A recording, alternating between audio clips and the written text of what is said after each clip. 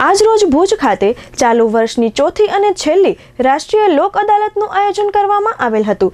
આજની યોજાયેલ લોક અદાલતમાં 7500 જેટલા પેન્ડિંગ કેસો તથા ટ્રાફિક ચલણ તથા બેંક રિકવરી જેવા કેસો પણ મોટા પ્રમાણમાં મૂકવામાં આવેલ હતા। આજ રોજ 14મી ડિસેમ્બર 2024ના રોજ આ વર્ષની ચોથી અને છેલ્લી રાષ્ટ્રીય લોક અદાલતનું આયોજન કરવામાં આવેલ છે।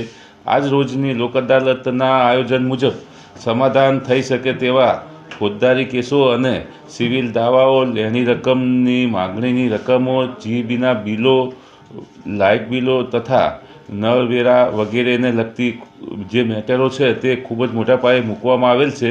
આજ રોજની લોક અદાલતમાં 7500 જેટલા પેન્ડિંગ કેસો મૂકવામાં આવેલા છે। તે સિવાય જે કેસો હજી અદાલતમાં આવ્યા નથી તેવા ટ્રાફિક ચલણ તથા બેંક રિકવરી અને માગણાને લગતા જે કેસો છે તેવા કેસો પણ ખૂબ જ મોટા પાયે મૂકવામાં આવેલા છે। આજ રોજની રાષ્ટ્રીય જે લોક અદાલત છે તેમાં ચેક પરતને લગતા બેંકની લેણી રકમને લગતા જે દાવાઓ છે તે તથા મોટર અકસ્માત વળતરને લગતા કેસો ખૂબ જ મોટા પાયે મૂકવામાં આવેલા છે।